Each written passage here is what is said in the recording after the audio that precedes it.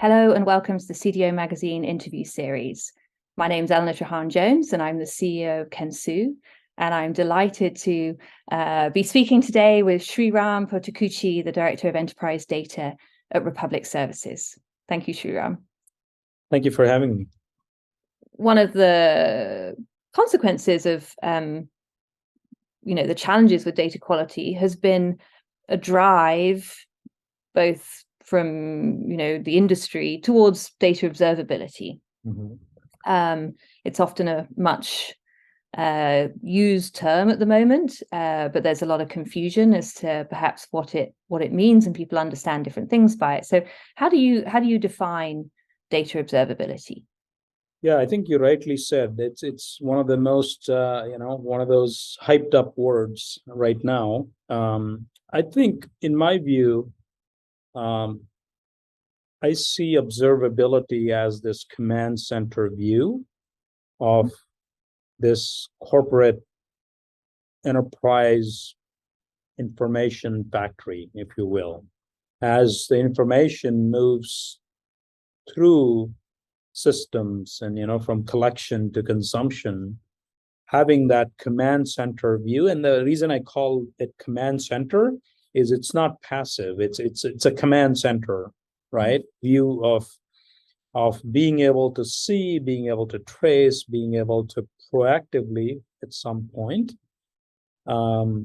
resolve issues, that resolve symptoms, hopefully, so that they don't become issues at some point, whether it's through a bad business decision making or bad quality information that was sent in facilitating a decision. And what are the most important pain points that you think, you highlighted a couple of them, but that data observability addresses? I think a couple of things. One thing is that if you go, a lot of times what happens is that we catch data issues towards the end when we're close to the decision-making process, or maybe sometimes realize that the decision has already been made, right, with bad quality information. So I think one of the goals of observability is to go as upfront as possible to the source of the problem, right? And track, trace, solve, of course, notify and solve these issues as close to the upstream as possible, right? And also, two is the benefit of tracking the lineage, right? And being able to go up front and figure out, track the lineage.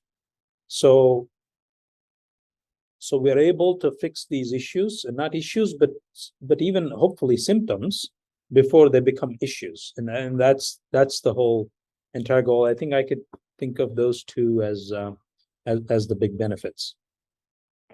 And if you or others were looking at implementing a data observability strategy in 2023, what would be you talked about the importance of having a project owner and clear definition. Applying it to data observability, what would you say are the critical success criteria of that kind of initiative?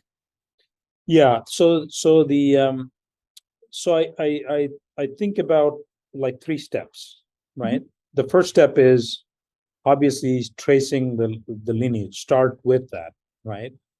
The second step really is the ability to see the data as it goes through this, information factory, as I called it, and being able to have those checks and balances in place.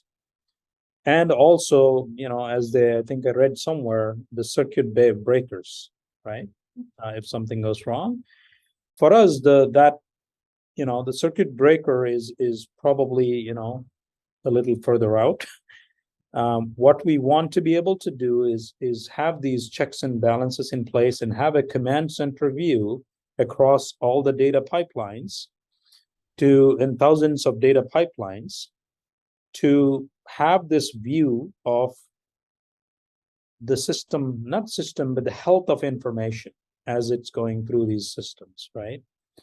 And if we can accomplish lineage, right, through these we look at this through the lens of what initiatives do we have, and what can we do for observability for those initiatives, because that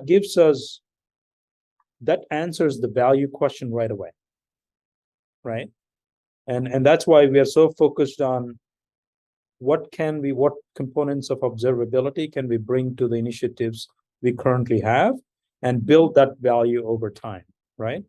So if we can get to like the lineage tracking and ability to, trace logs and what have you, and see sort of some of those issues from a command center view as these data pipelines process information for all the new initiatives, and I'm not even talking about the 2,000 data pipelines we have, but all the new initiatives, then I think that gives us a template that we can replicate as we go along this path. And then we can go to our 2,000 plus data pipelines and figure out what are those learnings we can bring to this.